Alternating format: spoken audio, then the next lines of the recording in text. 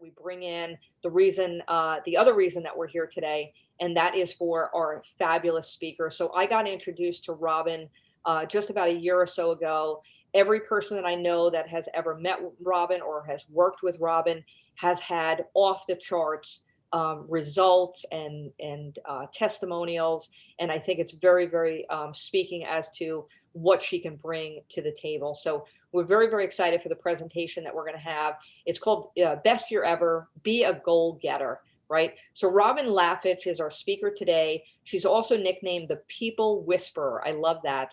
And she is the owner of Surpass Your Goals. If you want to look up more information on Robin after our presentation, I'm sure she'll reach out and share some information as well. But you can go to surpassyourgoals.com.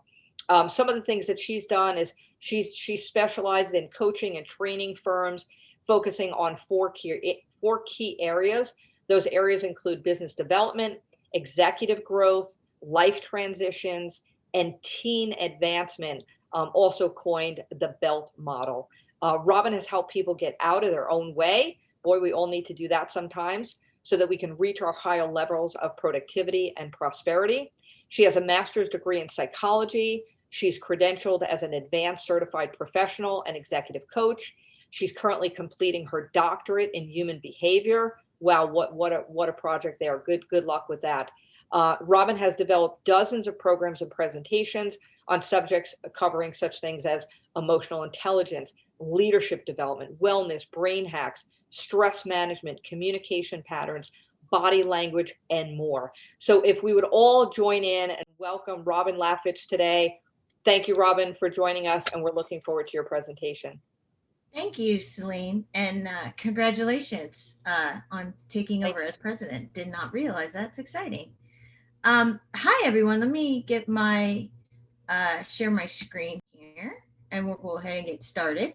So today we're going to talk about how to actually be a goal getter. And since this has been a pretty interesting year, I think there's a lot of people that are craving clarity for next year, kind of hoping that 2020 goes by quickly and then we usher in a very strong 2021. So that's what we're going to talk about today. And just to give you a quick overview of the agenda, we're going to talk. So there's basically two components to this presentation.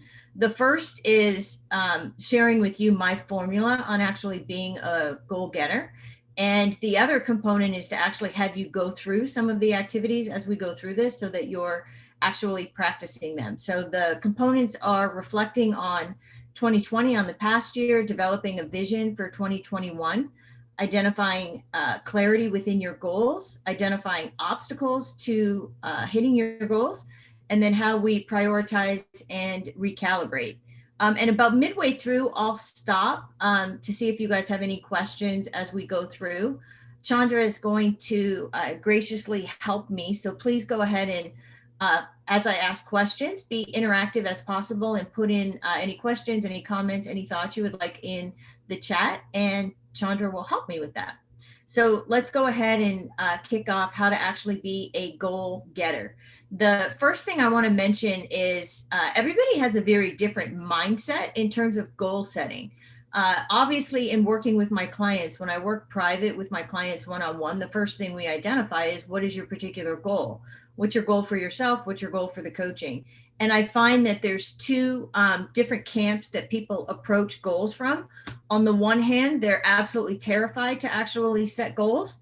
And on the other side, they can't wait to actually set goals. The people that are terrified, I had one client that when I first met with her, I couldn't even get her to write the goals down. There was a sense that if she wrote the goals down, then she could potentially fail. And so our compromise was that she wrote her goals initially in pencil. And I've worked with her for a few years. She actually this year quadrupled her goals. And then on the other camp are people that actually can't, the ink isn't even dry from writing the goals and they can't wait to hit the ground running. And so first thing you want to do for yourself is try to identify where is your mindset with regard to goals. Do you actually like laying out goals, or does it freak you out and you feel like there's all this pressure? Because that's going to make a really big difference for you in terms of whether or not you actually do the goal planning and whether or not you actually achieve your goals. So that's kind of your first check-in. And then as we start looking at what are the goals for actually 2021, one of the things that people do is they're constantly looking ahead at what are their goals and what do they want to achieve, but they haven't actually reflected on where they've actually been. So for the first activity for today, I'd like you to consider for 2021 or for the past year for 2020, take a moment and actually reflect on the successes that you've had this year. I've done this activity a lot with some of my clients and they really enjoy it. So here's a couple key questions to kind of think about. And if you're willing, go ahead and share those in the chat. And then Chandra can share some of those and we can celebrate that. So first question, what accomplishments are you proud of? And you want to consider all the areas of your life, not just business. I know that we like to think that we compartmentalize different areas of our lives, but they actually bleed into each other. So we want to look holistically at our lives. What challenges did you overcome? It's really easy to consider, you know, the impact that COVID has had on people and the pandemic and some of those challenges, and then overlook the fact that you managed some of those, right? You were able to overcome those. So really identifying what some of those challenges are. I know in this year in particular, it was a great equalizer for technology. There were some people that were very comfortable with technology, already familiar with Zoom, and other people that had no idea what that actually was. And even if you look at the meetings now, there's a lot of people that had a steep learning curve. So those may be some challenges that they overcame. What skills did you learn this year? And then the biggest question of all is how did you actually make a difference in the world? And so when you think back on what have you actually achieved for 2020 before we go ahead jumping into next year, just kind of take a moment for yourselves to actually acknowledge that and then actually celebrate that. Oftentimes I ask clients, well, if you hit that goal, what are you actually going to do to achieve that? And a lot of times people feel like they have to have this really big production. Maybe there's going to be a night out. And that gets overwhelming for people because then they feel like, oh, that's one other thing that I actually have to plan. So one of my favorite ways to actually celebrate is what I call the ta-da method. It's kind of cheesy, but it actually works. And so every time you achieve something that you're happy about, then you just basically say ta-da. And it's a super easy way. I have a little pom-pom here. So for some of my group coaching, whenever they celebrate something, we just take a moment and say ta-da. And if you take this moment right now and do it, even though you're on mute, I guarantee you will have a smile on your face just by saying it. So I challenge you all, even though I can't see everybody right now because of the slides, I challenge you all to actually say ta-da. It's kind of fun.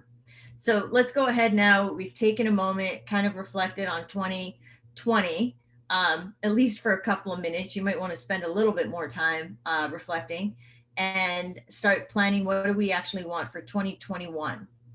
So as we usher in the new year, let me just ask you guys, what do you think? And Chandra, if you could tell me what people are putting in the chat, what do you guys think are the most common resolutions that New Year's resolutions that people actually set out? Weight loss. Yep.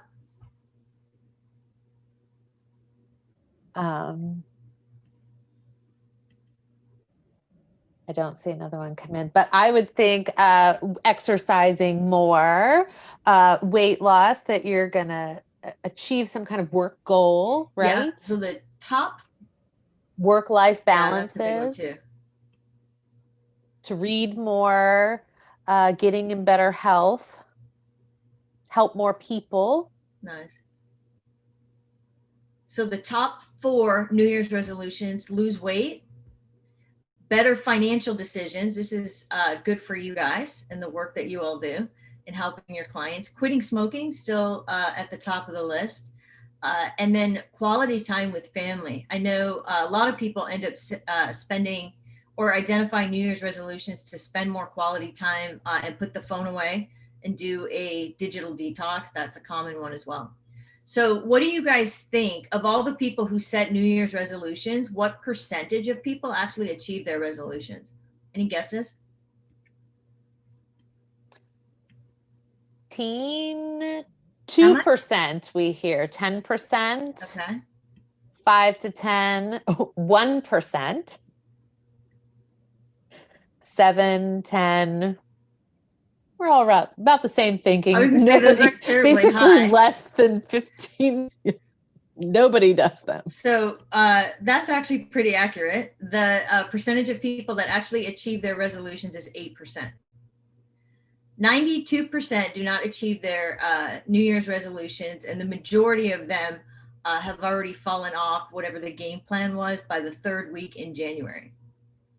So that kind of begs the question, number one, why do we keep setting resolutions if we're not actually going to follow them? But why are we not hitting our New Year's resolutions, even though we actually have the best intentions?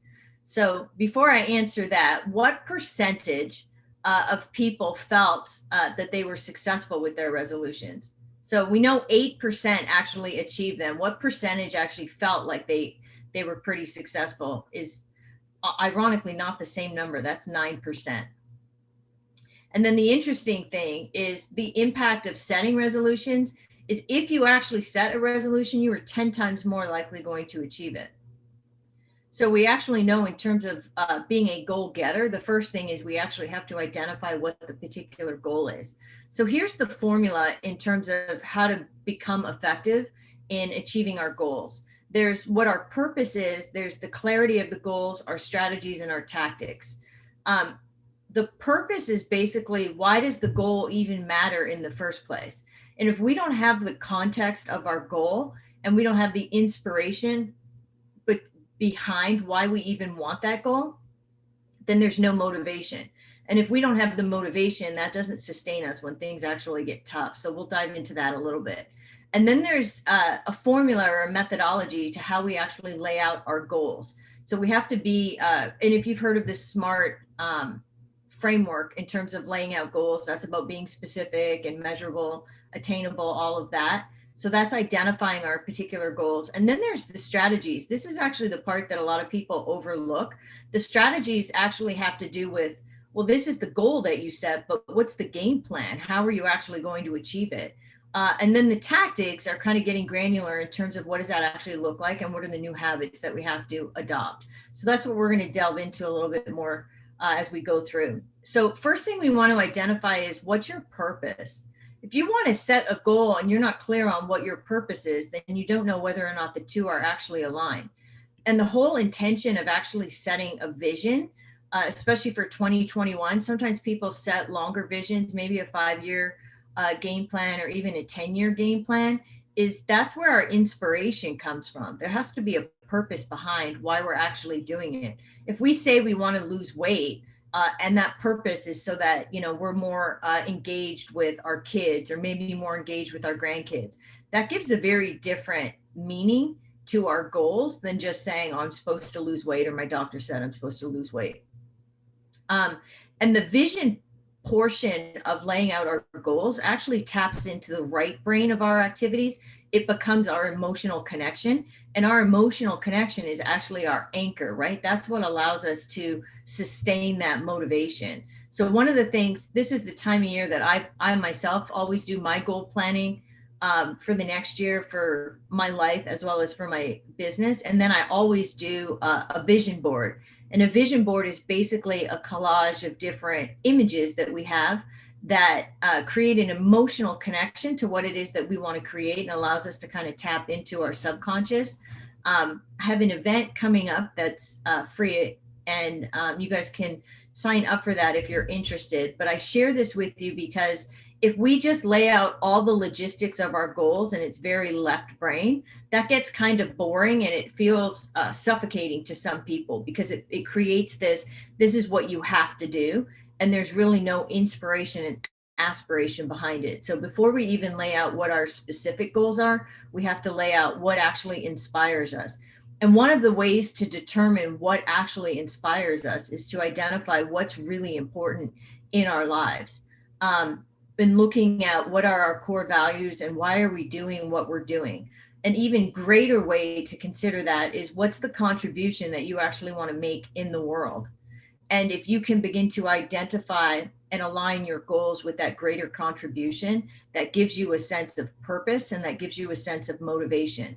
And so a lot of times we have all these different ideas, all these different things that we want to get done, and we don't know where we want our focus to be. So one of the ways that we can identify what to prioritize and where to put our focus is to look at what are our values. I usually do a values clarification activity where there's a list of like 75 different values and people have to identify what their core values are. It's actually quite a challenging activity. And out of those core values, out of those 75, they dwindle it down until they identify their top 3. And I've put on the screen for you a couple of common ones that have come up with my clients. They might have goals related to contribution and community within society. It might be economic security, sense of empowerment, family happiness, harmony, health, integrity, productivity, spirituality. So I just want you to consider for a moment, if I have a weight loss goal and someone else has a weight loss goal, but my purpose in life is to be productive and somebody else's purpose in life is for family happiness, we could potentially have the same weight loss goal, but the reason we're doing it is vastly different. And remember, that reason is what gives us our purpose, and that purpose is what fuels our motivation. So we always have to maintain, why are we actually doing this with our goal, in order to really spark that inspiration and keep our momentum, not just for the first couple of weeks of January, but actually all year long. So this is one of the things that you can do for yourself, is just identify, why is this an important goal to me? How does this connect with the larger purpose? And then you actually want to be able to align that purpose with what your goals are so that they become far more meaningful. Another thing we want to consider when we're looking at the goals is all the different areas of our lives. It's another activity I use with clients called a wheel of life. And we go through all these 8 areas. And I ask people to identify on a scale of 1 to 10, how fulfilled or how satisfied are you in each of these different areas? And if this really were a wheel, and you know, somebody said personal growth a 5 and fun and leisure maybe an 8, home environment maybe a 2, and we actually connected that as if they were spokes on a wheel, that wheel isn't going to run very well, right? And so a lot of times we might put all of our energy in one area, not realizing that the wheel then becomes lopsided. And so we need to have balance within the wheel overall. And the more we have balance and holistically in all of these areas, it actually reduces our stress, gives us higher self-esteem, and lowers our depression. So this is a good way to look at, in all of the different areas in your life, if one of the areas seems out of balance, then that's a good indicator for you that you could potentially lay out a goal for that. The other thing I want to mention before we actually lay out what the goals are is the science behind change and what's called stages of readiness for change. And there's 5 main stages. There's called pre-contemplation, contemplation, preparation, action, and then maintenance. And depending on where you are in these stages is how ready you are to actually implement change. I used to smoke. I was really stupid, actually. I started smoking when I was like 26, I think. And then I smoked probably for, I think, 7 or 8 years. And I had tried quitting many times when I smoked. And I would quit for, sometimes, you know, I would quit for a couple of days. Sometimes I think I quit one time for close to a year, and then I started smoking again. And if you've ever had a big challenge like that, where that was something that you really wanted to change, was quit smoking, you've got to be mentally prepared to actually to quit. Like, you can't just say, oh, I'm going to quit smoking tomorrow without a game plan and think that you're going to be able to stick with it. And the pre-contemplation stage basically means I'm not even ready to entertain that as a particular goal. So if you look at somebody who's going to quit smoking, if they're not ready to even think that they need to quit smoking, I see this a lot with different teenagers that I work with, they don't see it as a particular problem. So you could talk about all of the negative side effects of smoking, but they're not even entertaining it. That means they're in the pre-contemplation stage. The contemplation stage is where they're at least able to hear some of the information and contemplate that maybe they should at some point change. The preparation stage is when they're like, okay, I'm ready to actually make a change. So I need to figure out what my game plan is going to be. Once they create the game plan, then that puts them into action. And these, from pre-contemplation to contemplation, those are months apart. So somebody could be in the contemplation stage for many months before they get to the preparation stage. And they could be in the preparation stage for many months before they go and they're willing to take action. The other thing that trips people up is making the change to quit smoking versus maintaining it to stay a non-smoker is actually a different strategy. So that's a whole other component of the readiness to change, is you have to have a game plan for how you're actually going to maintain it. So a couple things to consider for yourself when you set a goal. Make sure that you set a goal that you're actually ready to start taking action on. And then if you're ready to take action on it, then we're ready to actually start setting our 2021 goals. A couple pitfalls that people fall into in terms of setting out goals. They fall into the sense that if they set a goal, in order to hit the goal, they have to be perfect. So there's this belief that when they set the goal, it's kind of like if you have a weight loss goal, that week after week, month after month, they have to constantly lose weight. And if they somehow derail and they're not perfect, then they just say, screw it. There's no bother. There's no sense even continuing with it. And that's a pitfall, because a lot of times we're still making progress. It's just not a linear, perfect plan. And then the other thing that people fall into as a potential pitfall is they have to be precise. If they say that they're going to lose 20 pounds and they end up losing 19 pounds, and they end up feeling like that was, they failed. They didn't actually hit their goal. And yet, if you were going to lose 20 pounds and you lost 19, that's progress. So we actually want to recognize that. So it doesn't have to be precise where it's all or nothing. The other thing of a pitfall is this illusion of willpower. A lot of times changes are based off of habits. Habits are based off of automated plans that our brain just automatically does because it's now wired that way. And willpower, if we're constantly exercising our willpower, especially at the end of the day when we're already tired, we're not going to be able to sustain things. So the best way to actually hit our goals is to actually alter the habits that we have, and not have to be in a position where we constantly have to exercise willpower. A lot of times we pass over the process and we get completely focused on the outcome. And that's another pitfall, because it's the process, which I'll get into a little bit more. It's the process on how we hit the goals that's actually more important. If we're focused solely on the outcome and we don't actually have a game plan on what that process will be, we end up being challenged. And then the last thing is we're focused on our performance, and there's two different types of goals that I'll get into in a minute, in terms of whether we're focused only on the end result or whether we're focused on what we're learning as part of that. So I want to stop just for a minute and see if there's any questions, or if you guys have any comments. If you guys, by the way, want copies of the slides, I put together just for this, actually, a goal setting starter kit. So some of these worksheets and stuff that I'm talking about are actually in there. And then if you want details on the vision board party, you can get access to all of that. If you text Goal Getter, make sure you put that dash in there to 44222. And so, Chandra, is there any comments or any questions that people have so far before I go into the goals section? Well, there's a comment, and I don't think anyone would be very surprised, but Craig Duncan's wheel is heavily skewed to fun and leisure. So, but that is the only comment. I think that it is definitely true on the wheel. And there's another tool that I use is called the character strengths, and one of the character strengths is actually humor. And there's a couple people that I was observing earlier that are probably very, very high on humor, which is nice. Any other questions or comments before we keep going? Nope, you're good to go.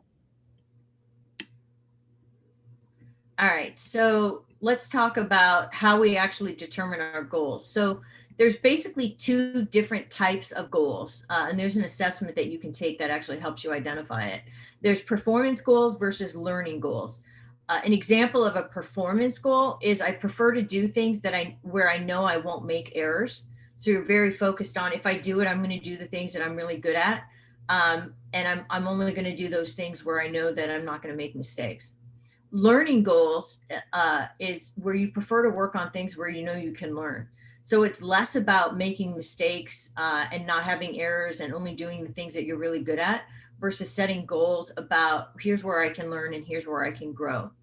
And so performance goals, you're very much focused on striving to obtain a certain competence in a task.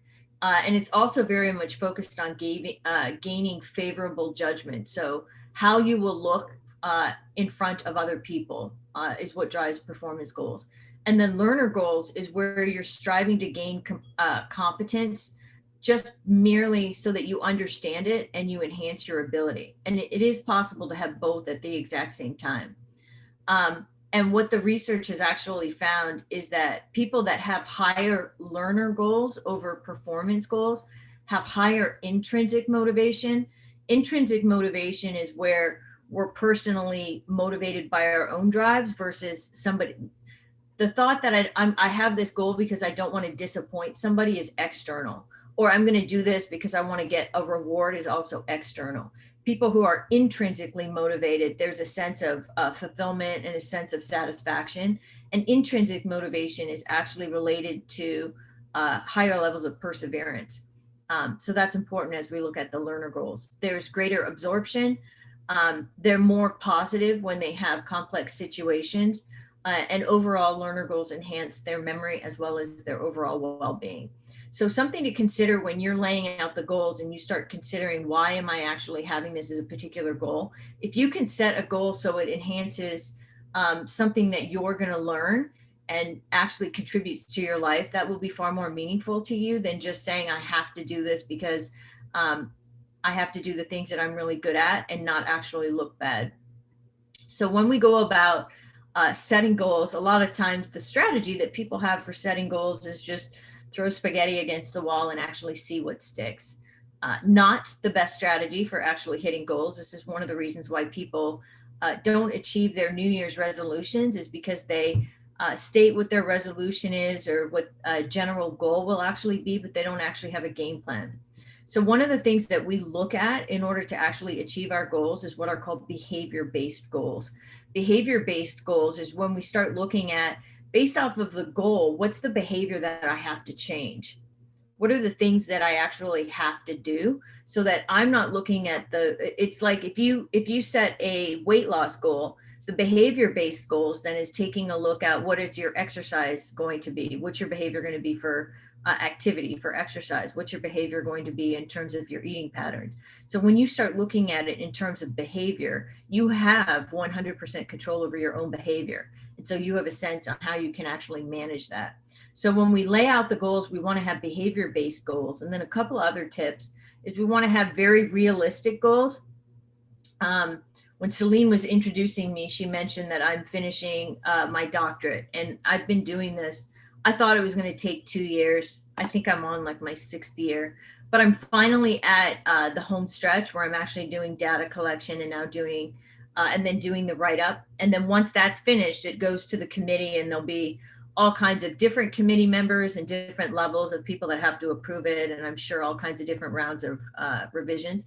But in terms of like the majority of it being done, I'm literally like in the home stretch.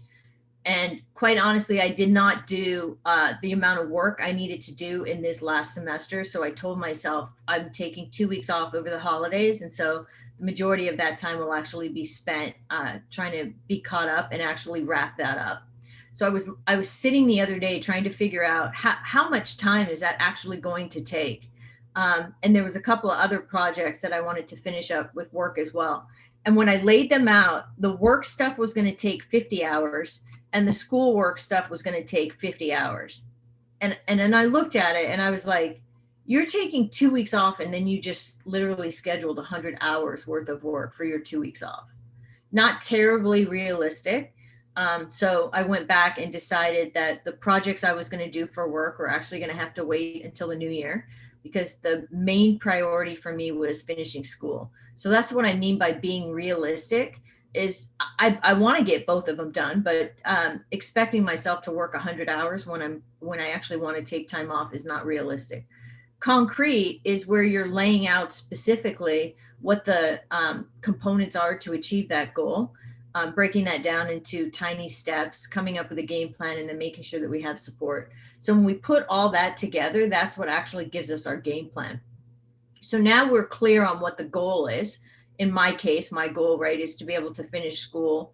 And in order to finish school, the step that I'm focused on is actually doing the research and then writing up the results. So the strategy then is the pathway. It's the game plan for how to actually hit that goal. So if I know that for school, I actually have to do my interviews as part of the research, then I have to have a game plan for who I'm interviewing. It may be that I have to focus on particular ideas or specific actions that I need to take. So the goal is to finish school. The smaller goal is actually to submit the dissertation. But the pathway is, what does that look like I'm doing on a Monday, on a Tuesday, on a Wednesday? And that's a step, believe it or not, identifying the strategies is much more challenging and much more difficult than identifying the particular goal. But this is the part that people actually overlook. And if you think about it, with the people that set New Year's resolutions, they might say, I want to lose weight, but they don't have a pathway or they don't have a game plan in terms of how they're actually going to achieve that. And this is absolutely necessary so that you have your roadmap for how you're going to go about achieving your goals. The second really big component that people overlook is, how are you going to manage obstacles? And what ends up happening is people feel like, oh, I got this, right? There's nothing's going to get in the way. I've got my mindset and I'm just moving full steam ahead. And quite honestly, that's crap, because there's always going to be obstacles. There's always going to be blocks. There's always going to be things that are in the way. And what we need to be able to do is identify what are those potential blocks that will actually get in the way in advance, so that we have a game plan in terms of how we're going to manage those obstacles. And there's a psychologist, Snyder, that created what's called the hope theory. And I use this a lot with clients when they're setting goals. The higher your hope, the more likely that you'll persevere when you're met with a particular obstacle. And so the way that you determine whether or not you have high hope is, first, what's your mindset when it comes to goals? And so we talked about that. If you're terrified of setting goals, because every time you set a goal, you end up failing, so you don't want to set goals in the future, that's already lowering your hope out of the gate. But if you're excited about setting a goal and your past experience has been that you've been successful in setting goals, then you're already going to start off being more hopeful. So that has to do with your hope thoughts as well as your emotional set. So the outcome importance is what we were talking about in terms of our purpose. So how important is this goal? If this is important because you feel like this is your life purpose, or this makes a big contribution in the world, then the importance of achieving that goal becomes much higher. So if it's low, like, I would like to achieve this. I was talking to a client the other day who's in the mortgage industry, very successful, and his goal for next year is actually to double what he's currently doing this year, and he's already at the top of his game. And we weren't talking about his financial goal, we were talking about his health goal. And so he was talking about what he wanted his weight goal to be. And at one point he was talking about 175, then he was talking about 180, then he was talking about 185. And I couldn't get my head around what was the purpose of the goal. So I kept asking him, why do you have a health goal? And he was like, he has this belief that if he gets complacent, then over time he's just going to end up gaining weight. So I was like, well, is your goal just to maintain the health and the fitness that you have right now? And then he was like, no. And then he starts talking about wanting a six-pack.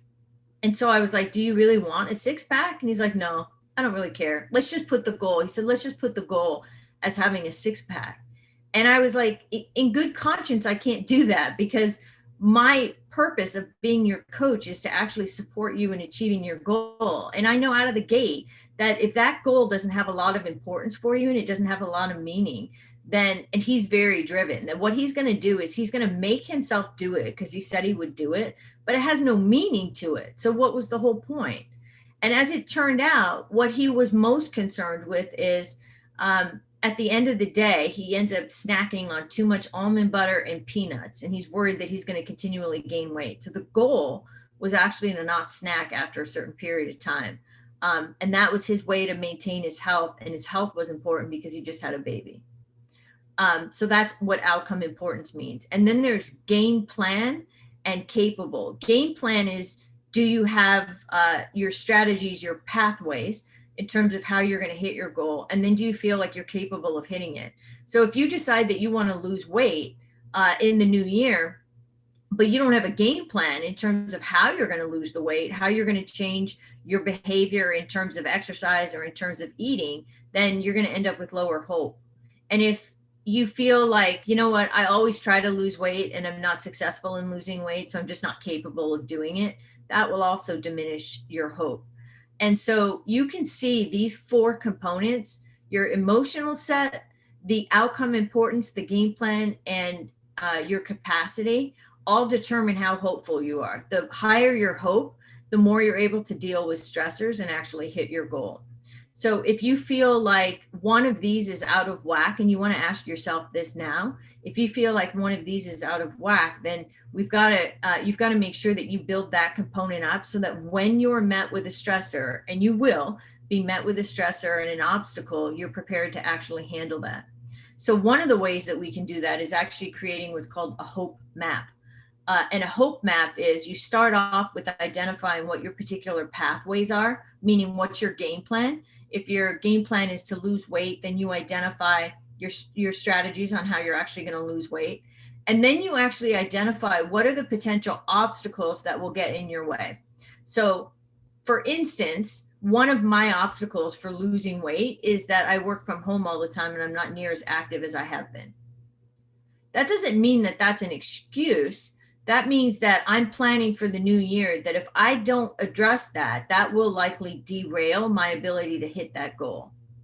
Another obstacle could be something like, and this is true for me as well, the busier I get, the less I want to cook. And the less I want to cook, the more I'll eat out. The more I'll eat out, the more calories and crap I end up consuming. So those are 2 obstacles that will get in the way of my game plan. So I could have a game plan where I exercise more, but exercising more isn't going to help me deal with the obstacle of, it could help me deal with the obstacle of being sedentary, but it's not going to help me with the obstacle of eating out. So once I identify what that obstacle is, then I come up with what's the game plan in terms of how to handle that obstacle. And then I continue on with my particular pathway, identify any other roadblocks that might get in the way until I know that I'm hitting my goal. A lot of times what happens is people get really excited in the beginning. This is, January 1st, this is my goal. And they even identify a pathway, but they haven't actually identified what will get in the way. And then the minute they hit that roadblock, they just end up giving up. And so for 3 weeks, people are pretty good with their willpower, and then they just can't sustain it. So if we're really going to hit our goals, we have to identify realistically what's likely going to get in the way. And the way to do that is to create what are called if-then statements. If-then statements are, if this happens, if I deal with this block, then I'll handle it this way. So if this roadblock, if this obstacle, if A happens, then I'll do B. And that's our way to help us actually hitting the goals. Before I continue, Chandra, any other additional questions that people have or comments? I have not seen any come in. I think everyone's enjoying the presentation. I know I am. I'm glad you are. Everybody else is like not even on. I'm talking to a vacuum. So no, Bianca just said this is fantastic! Good. Exclamation point. So you are, there's lots of good faces here. It's not a good sign when people go from video to like ghosting. So hopefully it's valuable. So let me continue. I think everyone's eating lunch and shoving food in their mouths probably. Oh, look, everybody put their screens on. Thank you. I like to see faces. Hi, Chris. That's much easier for me. Thank you. All right. Here's the number one roadblock that people actually experience as part of their game plan. Believe it or not, it's themselves. Almost always. We like to think that it's other people and other situations, but it's actually themselves. And the way we get in our way is we end up having limiting beliefs. And limiting beliefs have a lot to do with whether or not we feel capable, and even sometimes self-esteem, like whether we actually feel worthy or not. I did this presentation, a portion of this presentation a couple of years ago in person. And there was a couple of sales executives that were in the room. And in their role in particular, their beliefs about sales, like if I follow up with somebody, I'm going to be bothering them. I don't want to come across as salesy. I don't want to be too pushy. All of those are limiting beliefs. And so if you have this belief of, you know, if I ask for the business or if I follow up with somebody, I'm going to be perceived as salesy and I'm going to annoy people, then you could set a goal all day long that you're going to call X number of people throughout the day. But if you're worried that you're going to be bothering them and your value is that you're kind to people, you can speak it all day long, but you won't end up following through with that. So we actually have to address those limiting beliefs that are actually getting in the way. And so here's a couple questions that you guys can utilize to challenge some of your limiting beliefs. These are pretty powerful statements when you actually think about them. When did you decide you're not ... See, sometimes we have limiting beliefs and we don't know that we have limiting beliefs. And the way that we uncover that we have limiting beliefs is that we keep setting goals that we don't end up hitting. That's a sure sign that you've got a limiting belief. Another one is, what's the benefit to you of holding on to that assumption that you're not ... Another powerful one, do you have examples of contradictions of your limiting belief? So sometimes I'll deal with people. I have a client actually in insurance, and he wanted to do some surveys with some of his clients. He's got a kind of a side business that he's developing. And so he doesn't want to ask them their feedback on his idea because he doesn't want to hear negative things. And then there's some people that actually are giving him tremendous feedback. And so he needs to get from them what they enjoy about the idea or what they're excited about. And if I say, do you have people that are actually giving you positive feedback? That's a contradiction of his limiting belief that nobody's going to like it. And this is a very successful guy. It took a while before we were even able to surface that he actually didn't want that feedback. Another question, when it comes to being X, what choices are you making that enable that belief? And then, is it true? What evidence do you have to back that theory up? Sometimes we like globalize it and we say the whole situation. We throw the baby out with the bathwater versus looking at a particular element. This is one of my favorite quotes. Watch your thoughts, for they become your words. Watch your words, for they become your actions. Watch your actions, for they become your habits. Watch your habits, they become your character. And watch your character, for it becomes your destiny. So when we're talking about behavioral-based goals, when we're talking about limiting beliefs, all of that starts with the thoughts that we have. And those thoughts actually set the foundation for how we speak to ourselves, what habits we have, and then ultimately what success we have. So when we put all of those pieces together, we've got a very solid game plan. And based off of that game plan, we then have to break down, what does that mean we're doing on a weekly basis, on a daily basis? And in the goal starter toolkit that I have for you guys, there's a daily tracker where you're able to prioritize what you need to focus on. I have one client that I was working with, another mortgage agent, and he's an idea guy. He's one of these people that has like multiple ideas. And he's like, I don't know what to prioritize. And so we had to break down what is most important to him. What is he trying to achieve? And if those truly are the priorities, then what does that mean you're focused on a daily basis? And he was telling me he got sidetracked on something on YouTube and learning how to do really cool like embroidery stuff. And I was like, where's that on the priority list of anything, right? That was just something interesting that he could do. So we need to really make sure that our priority list is represented with what we're doing on a daily and weekly basis. And that there sets the foundation for us actually having success. And so one last quote I'll leave you with: no more effort is required to aim high in life, to demand abundance and prosperity than is required to accept misery and poverty. Napoleon Hill. And if you've never read Think and Grow Rich, I can't believe that that book was written so long ago and is so relevant as it is today. So I hope that this gives you guys everything you need to have a very, very happy New Year and enjoy your holidays.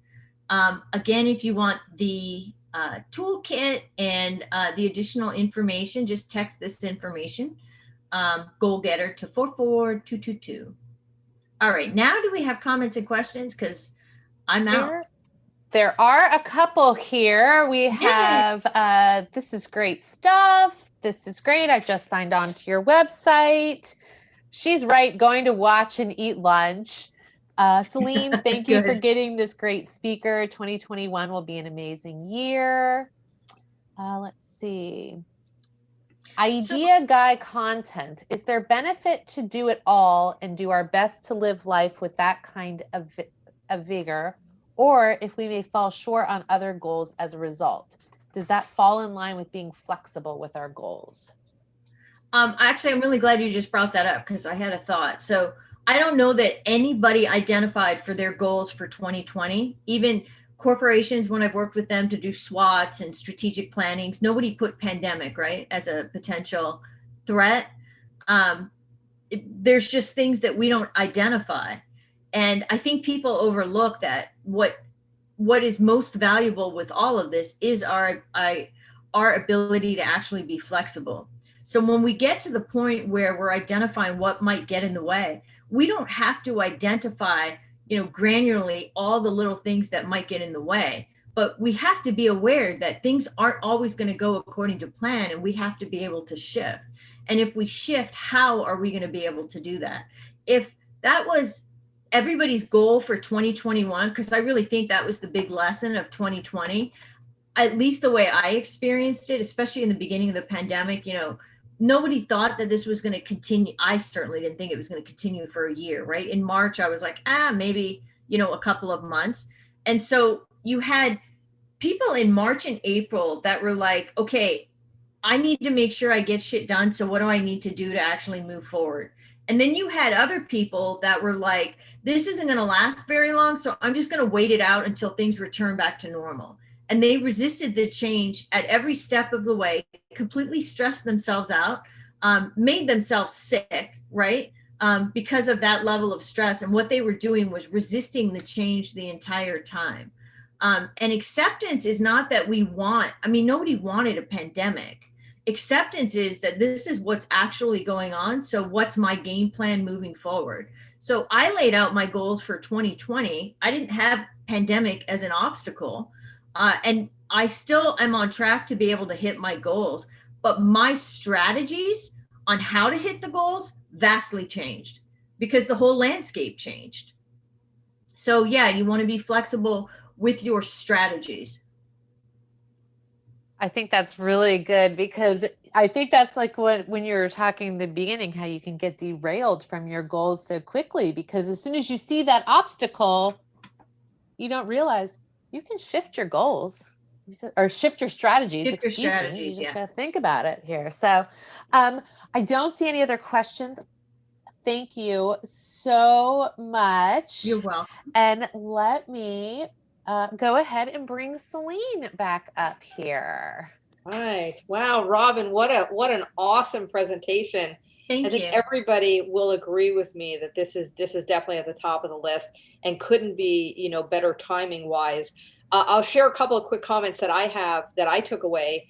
It's interesting what you just referenced in regard to COVID and having to pivot. I was just speaking with a sales professional yesterday, and she still does not know how to use Zoom and does not want to learn how to use Zoom. She's just going to wait for us to return back to normal, right? This is the new normal, right? So we have to be able to pivot. It doesn't mean we change our goals, but I think that was a really good point regarding the acceptance. Two other things that I personally took away from your presentation kind of made me think was how important purpose is. I was also a smoker. Unlike you, I started when I was 9. Okay. Wow. I quit when I was about 27. Okay. Nice. And so for me, purpose, I had talked about quitting. you need it for your health, all these good reasons, right? But the purpose was not, it wasn't big enough for me. And it wasn't until I realized my daughter Nicole was just a few years old, and I kept telling her, no, don't come here right now. Mommy's smoking. Just go away. In other words, right? Don't come near me because I'm smoking. And I realized, wow, what am I doing? Right? You taught yourself, right? Yeah, it's like Awesome. I create this beautiful family, and then I'm shunning people away because of something that I'm doing, and that became my purpose. And that purpose was so strong. Let me just ask a question there. Yeah. Quitting smoking, by the way, like unbelievably difficult, right? Like, because smoking is an ingrained habit for every element of the day, from the minute you wake up, right, to when you have your coffee, to when you get in the car, to when you eat. Like, you have to change everything in order to actually quit smoking. So in order to change that, did you find that once you realized it was to spend time for the grandkids, that became top of mind, and that is what allowed you to say, okay, no, I'm not going to have a cigarette? Yeah, that was my number one goal and purpose, right? And that's why people think it's willpower, and willpower will only get you so far. Purpose will take you all the way. Exactly. But then I had to change my habits, because the first thing I did in the morning was I had my cup of coffee, I wrote my goals for the day, and then I had my cigarette. So there's that. The other thing that I took away that I thought was very interesting, of course, I'd love to lose weight. I'd love to, be healthier, in 2021, but I never really thought about addressing the obstacles. And like you, the obstacle for me is the harder I work, the more likely I am to just say, oh, let's just go out to dinner, right? We just did it last night. I'm going out to dinner again tonight. It's like, even in a COVID world, I'm still finding myself eating out because this is an obstacle that I have not addressed. Do you guys want to hear the stupidest thing I identified with myself? So one of the benefits of working from home more often is I started doing yoga, right? And so for like March, April, May, I was like really impressed with myself that I was doing like yoga every day. I did this challenge, right? And then I like stopped doing it. As much as I loved it and like had all the benefits, I kept saying, oh, I got to do yoga. And then I wasn't doing it. And so I'm trying to identify like, what's the obstacle? And it's the stupidest obstacle. When I get up in the morning, I like to have coffee. So I do yoga in the morning. There wasn't time for me to have coffee. So there was a couple times where I was like doing yoga and drinking coffee, which is just ridiculous, right?